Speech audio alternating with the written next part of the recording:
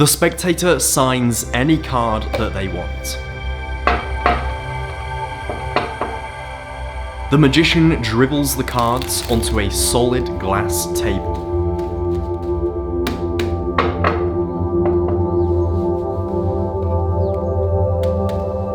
And pushes their selection into the pile. The spectator now cups their hands below the glass table and feels as their signed card drops through solid glass.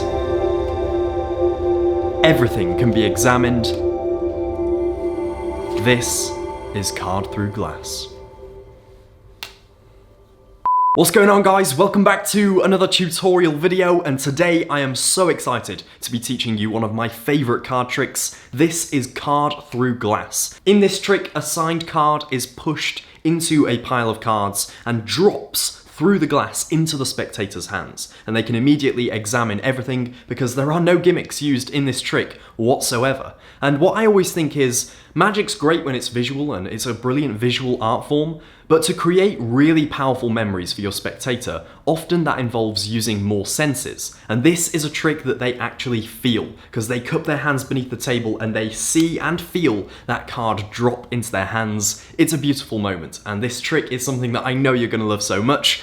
But before we get into it, I just want to say a massive thank you for the support on the Kickstarter, which launched just a few days ago for the Dark Dystopian Deck, which you saw in the intro. In just a few days, it is already 50% funded and rising, which is just mind-blowing, so thank you so much to everyone who has already pledged. And if you haven't pledged yet, feel free to head over to the link in the description, check out the deck of cards, and if it's your sort of vibe, feel free to support it on Kickstarter, and hopefully we can get this project fully funded, and this deck of cards can become a reality. So yeah, without further ado, let's take a closer look at Card Through Glass. Grab yourself a deck of cards. You do not need to prepare anything in the cards themselves, but you do of course need a glass table, and if you don't have one, that is okay. You can practice on any table, but I really do recommend performing it on a glass table because that visual is just too good. So yeah, let's move over to the table and I'll show you this trick closer. Alright, like I say, there's a couple of variations of this trick, so we're going to start with the easiest, and then we're going to work our way through some of the more advanced versions, and those advanced versions really allow the spectator to get involved with the trick. Like I say, use more senses of the trick, and they're going to feel like they've had a more magical experience, and ultimately a better memory. So having them put their hands under the table and feel the card drop is great. But if you can't do that, if you're doing the easier version, then it's still possible that the spectator can get involved and feel the magic more practically. And the way of doing that is by having them feel the table itself and prove that it's a solid table. Because the last thing you want is the spectator going away and thinking that you just had a hole in the table. That would be really, really silly. So make sure to prove that the table is solid, but by no means overprove it. I hate when magicians overprove things like that, so it's an important balance just to make sure they know that it's solid, but that it's not, you're not saying it 100 times to the point where they're thinking, oh, he's really, really hammering home the table is solid. Maybe it's not. Maybe there is a hole in the table, so get that balance right. Also, notice that I have a couple of objects on the table. I've got a mug, I've obviously got the card box and the cards themselves. I really like the idea of having just a couple of objects there. Not only does it prove, again, the table is solid without you having to say it because there are objects on the table itself, but also it just looks more normal. It doesn't look like I've prepared anything here. If you have just a clear, empty glass table, there's something a bit off about that, something a bit wrong, like oh, he's prepared this table somehow, it's a special, delicate table. You don't want to treat this table any differently, so just have objects on if you wish, not too many that it covers and clouds the trick and makes it confusing, just a couple of extra things. And if you're using a glass table throughout your whole performance, and the audience have become accustomed to seeing this as your table, that's even better, just because, you know, they'll be so used to it. Now you take a deck of cards, and again, this can be a shuffled deck, and you have a card selected, and wherever they select, you're going to cut the deck, which is something I quite like to do, and I like to do it very, very slowly and defined like so, almost at the fingertips, so that it looks really, really fair, and they know that there's no funny business going on here.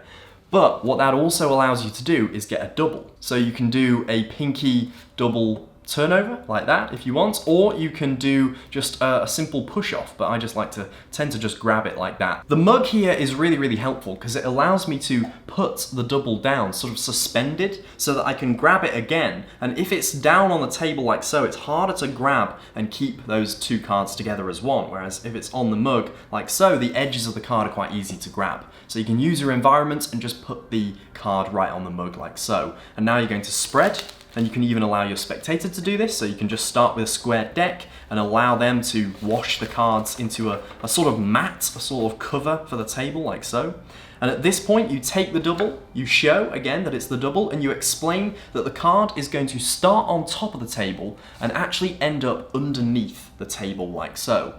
And at this point you push the card in, you cover it, you slam, and then you show that one card is underneath. And what I like to do at this point is move the cards rather than the card underneath. I like to move the rest of the deck away, like I'm just wiping the surface away, and it just reveals this card, and I can move it, I can prove that it's under the table, and then I really like to reveal the card under the table rather than bring it out. There could be some sort of switch there. I like to, almost like the hand is isolated under the table, I like to turn it round and again show that the card is really passed under the table. So that is one version, which is very easy to do.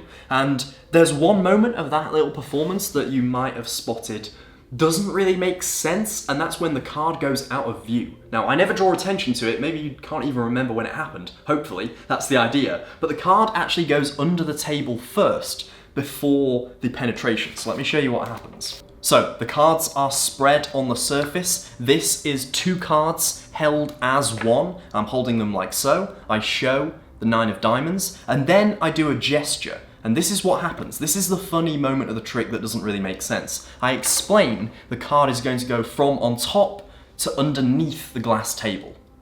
And at that moment, the card is already underneath the glass table. Because I'm holding them as two, I dip underneath, I explain that that's where the card's going to end up, and then I'm back here almost immediately, and they will just assume this is the 9 of diamonds. It's not, it's the 3 of spades. And then I push this under, and then I can slam here, or I can just simply reach underneath and pull that card out from underneath the pile, like so. It's okay, I mean, you still get the nice visual of the card under the table, and it's a great moment of magic, and I've performed this before. I like this version. But I don't like having to dip the card under, because that's a suspicious moment. Why would you do that? Especially in a situation like this where you really want to make it clear the card is going to go through the table from above to underneath. Why would you confuse that by putting the card underneath beforehand to show where it'll end up? I don't know, the justification is a bit iffy there. So we need a way of getting the card under the table without having to actually put it under the table in front of our audience. And that is where the cop comes in, because you're going to cop the card. So moving on to the more advanced version, we have here the 9 of diamonds with another card behind it. Let's say that just goes on the mug like so. I spread the cards here. Again, my spectator can get physically involved, touch the cards, spread them around a little bit. I don't want this to be too big either. If it's like covering a huge area that it doesn't need to, that just looks a bit weird. So I want sort of a dense little group like so with cards, higgledy-piggledy.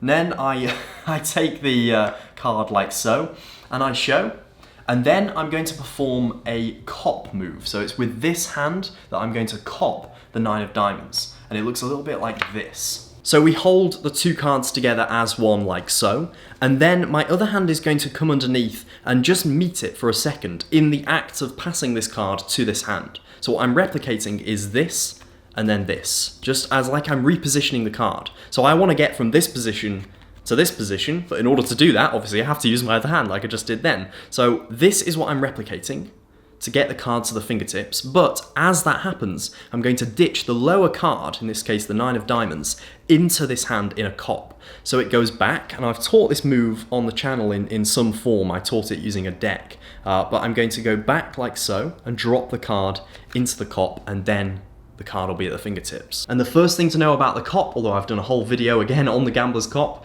is that it's the relaxation of the hand that's going to hold the card. You're not going to squeeze the card, you're not going to death grip the card at all. It's simply the relaxation force of your hand wanting to close that's going to keep the card in place. So I start with it between fingers and thumb like so. I come so that it's in the palm of my hand like so. The card is in the palm of my hand. With a little movement from my thumb, that card is dropped behind. My hand starts to relax. I then grip the card briefly between thumb and the rest of the fingers as I readjust and then grab the card again at my fingertips. And when done at speed, it just looks completely normal. It just looks like I'm rearranging my hand so that I can hold the card at the fingertips and then push this into the pile. So once again, if I gather the cards together, I'm briefly here, then I grab, then I pinch. And as that happens, the card is now copped. So now, applying this move to the glass table, I'm holding it between finger and thumb, I cop, I pinch, I readjust. I'm now going to push this card into the pile, and as that happens, this hand is going to go underneath and turn up.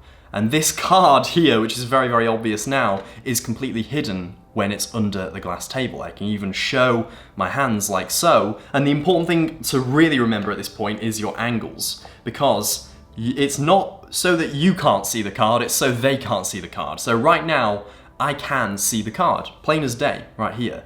But because I know the angle of the audience, you can be a bit further back than you think you can, essentially. So I'm a little bit further back, but even here, I mean, I can see the whole card right now, and I don't think the camera can see any of it. So you're gonna go underneath the pile with the card in cop and spread your hand like so. Okay, if I move the cards out the way so you can see what's going on underneath the glass table, this is what it looks like.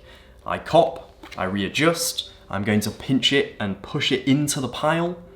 And as I do that, as soon as it's covered, as soon as it's in the pile, my thumb comes underneath like so, and I'm holding the card by the tip of my thumb, so that my thumb is in the corner of the card underneath the table, pressing it like so. And as soon as I want that card to drop, I simply move my thumb and the card drops. So I'm just pinching it against the glass with my thumb, I move my thumb and it drops into my hand, and I can then reveal the card and do that whole process from before, wiping the rest of the cards away, revealing the card underneath the table. So once again, just from this angle, because this is quite helpful, if I move the camera up ever so slightly so that you can see, we have the 9 of diamonds. I cop, I pinch, I readjust, I'm pushing that under the table as my thumb pinches the card against the glass. I then cup, I release, the card drops, and I can show it underneath the glass table and then produce it back onto the table. And with the rest of the cards in a pile here, none of that will be seen. Okay, so that is version 1. However, it involves your thumb pressing the card against the glass and releasing so it drops. How can you do that when it's your spectator's hands that are underneath the table? So with the cards in a small pile on the table, we will use the 9 of diamonds again just to keep things simple. Here's what's going to happen. A bit of preparation is required because you're going to need their card to stick momentarily to the underside of the table and then drop into their hands. And the way it's going to stick is with a small dot of glue or any adhesive, it doesn't matter, but a small dot of glue is going to be applied to the back of your knuckle of your index finger. This is not an area that is used very much, certainly not in this trick. It doesn't really get in the way, and as soon as you're used to it being there, you know just to avoid the cards contacting the back of your knuckle. Not that it ever would, but you're going to knock the table on the underside and it will stick that glue. You can literally wipe it as well. As you demonstrate that the table is solid, you wipe that small, it's a tiny amount of glue just on the underside of the table. I always think it's better to do a little bit more, because if you do too less and it drops, you know, the trick is sort of ruined because their hands weren't there or it's dropped too soon, there's not enough tension, there's all those sort of problems. However, if you put too much, so the card is stuck there with a tiny amount of glue, and if you've done too much and you're waiting and waiting and waiting for that card to drop, it can be a bit awkward, but when their hands are there, all I then do is come to the edge of the table and you blow. Now normally, a blow doesn't really mean anything, it's just sort of, you know, a magical whoo, and it, you know, comes to the top. In this case, it actually plays into the method, because not only is it a magical whoo, but it's also going to dislodge the card, like so. And it actually drops perfectly downwards into your hand, and you can then do the full reveal of spreading the cards away. And because it's such a small amount of glue, they're not going to feel it and they're not going to see it. they're just going to be completely amazed as to how their card, which can be signed, dropped right through the table. And I do highly recommend signing the card. I think that just makes it so much more powerful. That's something that you can't do with other versions that use, you know, magnets and gimmicks and all that sort of stuff, because it is just a duplicate. In this case, it's a signed card. It's gone through the table. They saw it up here, then it's down here, they've caught it in their hand. I love tricks with glass tables, so expect there to be more glass table content in the future. But yeah, that is this tutorial. Hope you enjoyed it. So there we have this tutorial video. I really hope you enjoyed this trick. This is one of my absolute favorites. There's just something so magical about seeing something fall through glass. If you enjoyed this trick, then this is actually taught in my upcoming magic book, Dark Mode, which is available as an add-on to the Dark Dystopian Deck. Only on Kickstarter. This book is only available on Kickstarter, and it is jam-packed with my favorite tricks and effects and techniques and routines. It is something I'm so proud of. This is just one of a ton of tricks that are taught inside Dark Mode. Each of them could be sold for £15 on their own by a magic company, and you get the entire book for £15. I seriously think this is good value, and this will never be sold for £15 ever again. It's been great to see so many people pick up the deck and the book over on Kickstarter, and if you are yet to do so, then please do click the link in the description, check out the Kickstarter, and there are going to be some great gaffs and gimmicks and tricks and hidden secrets inside this deck that work for tricks that are only taught in Dark Mode. So yeah, make sure to pick them both up. And I think that's everything for this video. If you did enjoy it, make sure to click the thumbs up button down below. Subscribe if you're new, hit the subscribe button. Alright, so I think that's everything. I will see you in the next video. Until then, take care. I think you're gonna have to be. We're gonna have to go.